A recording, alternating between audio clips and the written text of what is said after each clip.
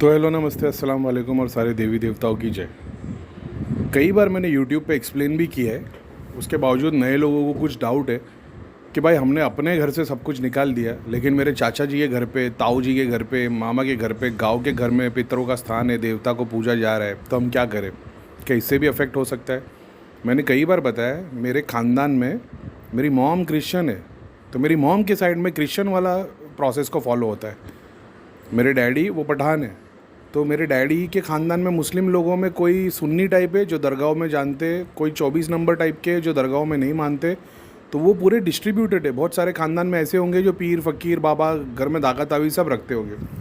तो क्या वो सारी चीज़ें मेरे को अफेक्ट करती है? बिल्कुल भी नहीं, क्योंकि मैंने उन लोगों ने क्या किया, वो सिर्फ मंदिर में एक बार जाते, दरगाह पे एक बार जाते, चर्च में एक बार जाते। मैं क्या कर रहा हूँ, मैं दिन में 10-10 घंटे बैठ के जाप ध्यान कर रहा हूँ। तो वो सारी तकलीफ़ें मेरे को भी आई, लेकिन मैं उसके परे निकल गया। अब दूसरी बात कि भैया हमारे घर में ये चीज़ है तो हम कितना जाप ध्यान करें, तो मैंने देखा हो कि भाई प्रोग्रेस क्यों नहीं हो रही, क्योंकि आपका सारा जाप ध्यान, जितनी ऊर्जा है, प्राण शक्ति है, वो सारी की सारी वो शक्तियों को चली जा रही है। तो इसके लिए आपकी प्रोग्रेस नहीं हो रही। तो अगर आपको अपनी प्रोग्रेस करवानी है, ये चीज़ों को हटा दो। मटेरियल बेनिफिट चाहते करीम भाई, हम मटेरियल बेनिफिट भी चाहते हो तो भी सारी चीज़ों को निकालो, और वो एक यंत्र जो आपको किसी ने दिया है पूजने के लिए, वो यंत्र को फॉलो करो, वो मूर्ति को फॉलो करो, उसके रिचुअल्स को फॉलो करो। अगर वो स्पिरिचुअल मटेरियल दोनों के लिए मिला है, तो जिसने आपको वो दिया है, क्या वो स्पिरिचुअली उतना ग्रोथ किया था उसने? समझ रहे हो? अगर आप सोच रहे हो कि सदगुरु की ऑनलाइन वेबसाइट से हम मंगाएंगे तो उसमें वो शक्ति आ जाएगी, सदगुरु की ऑनलाइन वेबसाइट से आप सामान मंगाओगे तो सदगुरु की संस्था की आपने मदद की, उसका पुण्य आपको मिलेगा। लेकिन आप सोचोगे कि सदगुरु की ऑनलाइन हमने मंगा ली और वो शक्ति आ गई उसके अंदर, भाई तो फिर वो डाउटफुल है। ठीक है, अनलेस सदगुरु सामने तुमको बैठ के वो चीज़ को एक्टिवेट करके देगा। मेरे पास तो वो भी लोग हैं जिनके पास वो 8 लाख 10 लाख 15 लाख के यंत्र है। ठीक है, तकलीफ एज इट इज़ है। तो क्या सबके सब ऐसे ही है? नहीं, कुछ हो गए होंगे ठीक, कुछ जो नहीं हुए तो वो अपने पास आ जाते हैं। अब तीसरी बात कि करीम भाई गाँव में स्थान बना के रखा है या किधर और स्थान बना के रखा है, पहले तो ये बात समझ लेना कि वो स्थान में तुम्हारे पितर की आत्मा नहीं बैठी है। पहले तो अपने दिमाग में कॉन्सेप्ट बिठा लो बहुत अच्छे से कि आत्मा की जर्नी कहीं और है। ठीक है, वो तो आती जाती रहती है, उसको फ़र्क भी नहीं पड़ता, वो इमोशनलेस है मेरे ख्याल से तो। और वो एक इलेक्ट्रिसिटी की तरह, उसको बल्ब में डाल दोगे तो वो बल्ब की जो वैसी लाइट देगा, कोई लाल, कोई सफ़ेद, कोई ग्रीन, कोई ब्लू। उसको टीवी में डाल दोगे तो टीवी चलेगा, उसमें एसी में डाल दोगे तो एसी चलेगा, वॉशिंग मशीन में डाल दोगे तो वो चलेगा।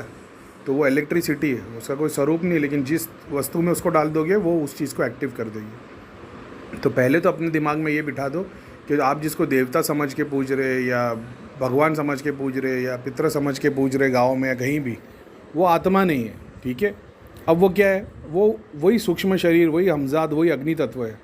ठीक है, वो अग्नि तत्व इसके लिए क्योंकि वो भूखा है, उसके अंदर भूख है, काम की भूख है, क्रोध की भूख है, वासना की भूख है, पावर की भूख है। वो भूख उसके अंदर है जो वो दूसरी बॉडी, क्योंकि उसके पास बॉडी नहीं है तो उसको बॉडी की ज़रूरत है, तो वो तुम्हारी बॉडी से वो चीज़ को कंज्यूम करेगा और उसके रिटर्न में वही दे सकता है। अग्नि अग्नि दे पाएगी ना, जल नहीं दे पाएगी। तो आप जब उसको भोग चढ़ाते हो, उसको भोगी शक्तियाँ मिलती है।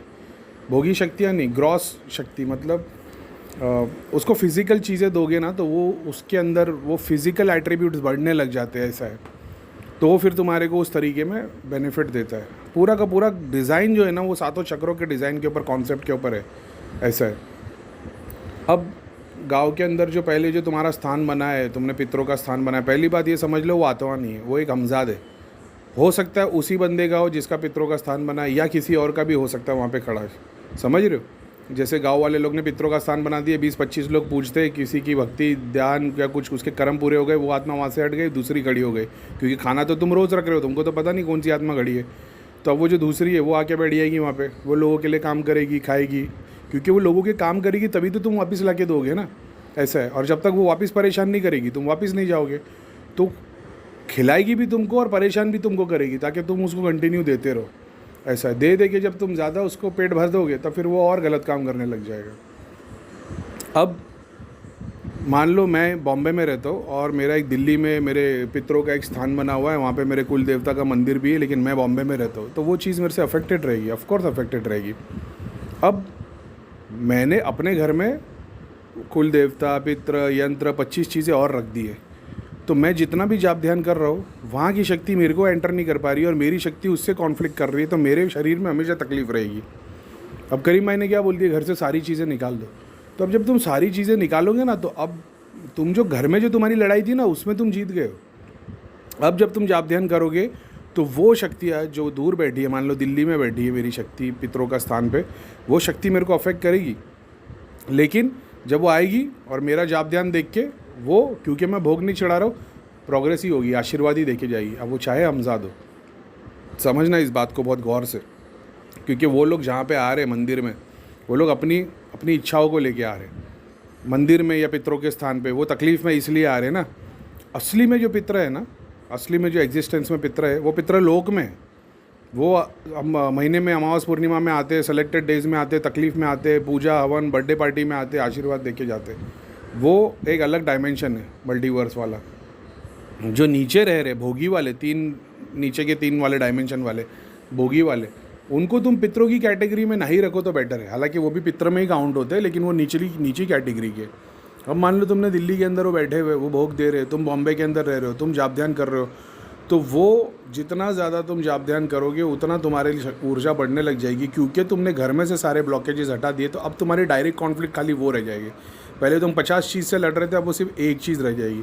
अब वो एक चीज़ में हमेशा हमेशा हमेशा तुम्हारे घर के अंदर जितनी बार तुम जाप ध्यान कर रहे थे, तुम्हारी ऊर्जा वहाँ चली जाती थी, तो वो पितर का इम्पैक्ट तुम पे होता ही नहीं था, वो देवता का इम्पैक्ट होता नहीं था। अब जब तुम सारे लोगों को वहाँ से, घर में से चीज़ों को, शक्तियों को हटा दिए, अब जो मेन सोर्स है वहाँ से तुम्हारा कनेक्शन बन जाएगा। अब वो भी आएंगे तो तुम्हारा मटेरियल बेनिफिट में जो होना है वो तो होगा ही। वो देख लेंगे इसकी इच्छा क्या है, चलिए भगवान वाले रास्ते में लगा हुआ है, मटेरियल बेनिफिट भी चाहिए, उसको पता है ये आ नहीं सकता, तो इसके घर में 50 भोगी नहीं है। तो अब तुम अपने नॉर्मल मंदिर में जाके एक फल भी चढ़ा दोगे तो उनके लिए बहुत हो जाता है। वो उनके महीने के लिए बहुत हो गया। 1-2 अगरबत्ती भी जला लोगे उन लोग के लिए बहुत हो गया। समझ रहे हो? अब तुम उनको ज़्यादा भोग नहीं दे रहे हो और तुम जाप ध्यान कर रहे हो, तो जब वो तुम्हारे पास भी आएंगे, तुम्हारी ऊर्जा इतनी वाइट है कि तुम्हारे पास भी आएंगे, तो उनका अग्नि तत्व ठंडा होने लग जाएगा। अब जब वो ठंडा होने लगेगा तो उनको ब्लिसफुल महसूस होगा।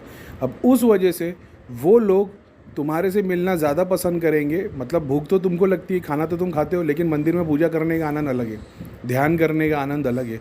तो उसको भूख से कंपेयर नहीं किया जा सकता। भूख एक ज़रूरत की तरह है, लेकिन ध्यान करने में अपने को आनंद आता है, और गेम खेलने में, स्पोर्ट्स खेलने में, इंजॉय करने में अपने को खुशी मिलती है। सबकी खुशी अलग है। अपने बीवी बच्चों को खुश देखना, अपने माँ बाप को खुश देखना, इससे तुमको खुशी मिलती है। इसका मतलब खाने से नहीं है। खाना तुम्हारा एक तत्व को खुशी, पेट को खुश, मन को खुश कर देगा, पेट भर देगा। बाकी चीज़ों की खुशी के लिए वो चीज़ें, वैसे ही वो जो भोगी पितर है उनको जो भोग मिल रहा है, लेकिन तुम्हारे थ्रू उनको वो ठंडी, बोलते ना, वो ऐसे समझना कि वहाँ पे उनको भोग मिल रहा है लेकिन तुमसे ठंडी राहत मिल रही है, शांति मिल रही है। अब फिर वो होगा क्या, तुम्हारे अंदर वो ग्रेस आना शुरू हो जाएगा।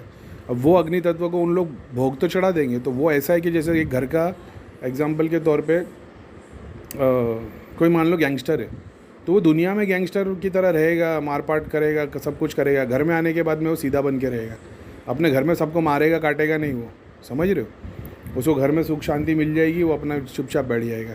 उसी तरीके से तुम, क्योंकि अब वो पितर को तुम भोग नहीं दे रहे हो, वो गाँव वाले जो भी दे रहे होंगे, तुम्हारे घर में कोई उससे कॉन्फ्लिक्ट करने वाली चीज़ नहीं, और तुम सिर्फ जाप ध्यान पे प्रोग्रेस ध्यान दे रहे हो, तुम उसी सारे समाज वालों से जो उसको पूज रहे हो उससे आगे निकल जाओगे। ऐसा है। तो ये मत सोचना कि हमारे गांव में 4 स्थान बने हुए, तो पहली बात समझ लो, हम पितरों को नहीं पूजेंगे तो वो हमको श्राप दे देंगे, कुछ नहीं होगा। वो अग्नि तत्व है, जैसा तुम्हारा है वैसा उनका है। अगर जीते जी तुमने जाप करके अपने अग्नि तत्व को स्ट्रॉन्ग कर लिया, तो पितर बिल्कुल भी तुम पे हावी नहीं हो सकते। क्यों? क्योंकि तुम्हारे पास ग्रॉस बॉडी है, उनके पास नहीं है। उनके पास सूक्ष्म शरीर है, तुम्हारे पास भौतिक शरीर भी है, सूक्ष्म शरीर भी है, तो तुम हमेशा उससे ज़्यादा पावरफुल रहोगे। समझ रहे हो? बस वही है कि तुम्हारे को अपने आप पे कंट्रोल रखना है। तो कंट्रोल रखने के लिए, जैसा उसकी भूख है वैसे तुम्हारी भी भूख है। तुम अपनी भूख को मार दोगे तो मुझसे ज़्यादा शक्तिशाली हो जाओगे, और तुम्हारे अंदर ये कैपेसिटी भी, और तुमको तोड़ने के लिए वो तुम्हारे अंदर ड्रॉबैक भी है। दोनों चीज़ एग्जिस्ट करती है। तो आई होप कि ये तुम्हारे को समझ में आ गया होगा कि जहाँ जहाँ पे तुम्हारे पितरों का स्थान है, वो चीज़ से आगे बढ़ने के लिए घर की ब्लॉकेजेस निकालोगे। जैसे तुम यहाँ पे किसी और का अग्नि तत्व पूज रहे हो, सूक्ष्म शरीर पूज रहे हो, देवता को पूज रहे हो, पितरों के पूज रहे हो, किसी और के, तुम्हारे तो है भी नहीं वो। जब तुम उन सबको निकाल दोगे तो एग्जिस्टेंस में जो तुम्हारे पितर है वो डायरेक्ट आएंगे। अभी आपने घर में मंदिर में मान लो 4 अलग जगह के यंत्र रखे, 4 अलग जगह की मूर्ति रखी है, 4 अलग गोली गुरुओं की फ़ोटो रखी है, तो अपने पितर तुम्हारे पास आ ही नहीं रहे, क्योंकि तुम्हारे घर में पहले से 50 लोग बैठे हुए। अब तुमने सबको निकाल दिया है। तो जो एक्चुअल में जो तुम्हारे जो पितर है ना, जो पितर लोक में एग्जिस्ट करते, वो पितरों के स्थान में अग्नि तत्व है, वो नहीं, वो ऊपर से फिर वो भी आना शुरू हो जाएंगे, वो भी आशीर्वाद देने। जो कायदे से उनका काम है, जो महीने में वो 2 बार 5 बार, दिन में 1 बार, साल में 1 बार, वो सेकंड में 1 बार, अलग अलग टाइम के हिसाब से आते, वो आना शुरू हो जाएंगे। जब वो आएंगे ना, तुमको दूसरे किसी की ज़रूरत नहीं पड़ेगी। अगर तुम्हारे माँ बाप का आशीर्वाद तुमको मिल जाए, तुमको दूसरों के माँ बाप के आशीर्वाद की ज़रूरत नहीं पड़ेगी। एक ग्रेट एग्जाम्पल है। तो ये मत सोचना हमारे गाँव में पितरों का स्थान है, कुल देवी का स्थान है, करीम भाई हम उनको नहीं पूजे क्या। मैंने हमेशा से बोला है, पूजो और उसको सही रिचुअल से पूजो। भोग देने के बारे में नहीं बताया। विष्णु पुराण, शिव पुराण, कुरान ये सब पढ़ोगे तो उनको एंसेस्टर्स को लगेगा। देवता की पूजा हवन के थ्रू होगी, समझ रहे हो, ये सब ऑलरेडी बताया हुआ है। तो इस बात का ध्यान रखना। अगर आप घर में से सारी चीज़ें निकाल दी, गांव के घर में से नहीं निकाली, तो फिर जाप ध्यान करने ज़्यादा देर तक बैठो। हो सकता है आपका ध्यान नहीं लगेगा, अगर जाप तो करना ही है, 3 घंटे 6 घंटे 8 घंटे बैठना पड़ेगा। तभी तो वो पितर देखेंगे कि कौन है भाई, इतनी लाइट भर गई इसके अंदर, हमारे वंश का है, उनको भी प्राउड फील होगा, फिर वो नीचे आएंगे। समझ रहे हो। तो पितर लोक में जो पितर है वो ज़्यादा पावरफुल है, वो भोगी पितरों से जो नीचे है, ऐसा है। तो जब उनकी कृपा मिल जाएगी तो पितर लोक तक का तुम्हारा टच बन जाएगा, तो भोगी पितर के ऊपर निकल जाओगे तुम। समझ रहे हो। उसके बाद में फिर और जाप ध्यान करोगे तो वो फिर गुरु तत्व जाग जाएगा, तो पितर लोक से भी आगे निकल जाओगे।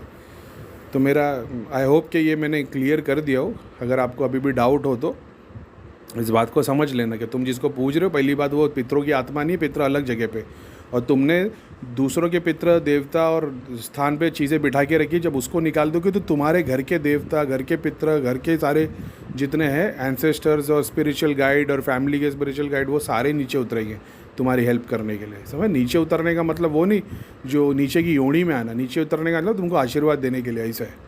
तो इस बात का याद रखना। जब खुद के पितर तुमको आशीर्वाद देंगे तो तुम्हारे अंदर तुम्हारा डीएनए, तुम्हारी बॉडी के अंदर वो जो ब्लड लाइन है वो ज़्यादा पावरफुल हो जाएगी। इनफैक्ट दूसरे लोगों का मिक्स आने से अच्छा है, ऐसा है।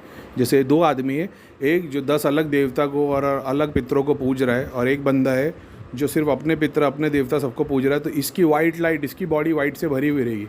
वो बंदे के पास में शक्ति ज़्यादा रहेगी, मगर इसके पास में शिव तत्व ज़्यादा रहेगा, ऐसा है। समझ रहे हो। अभी किधर और टॉपिक पे निकल जाएंगे, लेकिन इस बात का सिंपल में ध्यान रखना। नहीं निकाल सकते तो उसके लिए कोई फ़िक्र की बात नहीं, बस अपनी मेहनत को बढ़ा दो और घर में से ब्लॉकेजेस निकाल दो, ताकि तुम्हारे पितर भी खुश हो जाए कि वो देखेंगे भाई इन्होंने हमारे नाम का स्थान तो बना के रखा है, लेकिन हमारा तो कुछ है ही नहीं उधर, वहाँ पे तो दूसरे ही लोग बैठे हैं। समझ रहे हो, ऐसा है। तो जब आपके घर में कुछ नहीं होगा, आप जाप ध्यान करोगे तो बाय डिफ़ॉल्ट आपके जो ओरिजिनल पितर है, एंसेस्टर्स है, देवता है, वही आएंगे तुम्हारे पास में, क्योंकि वहाँ तो जाएंगे नहीं, वहाँ तो दूसरों को पूजा जा रहा है, ऐसा है।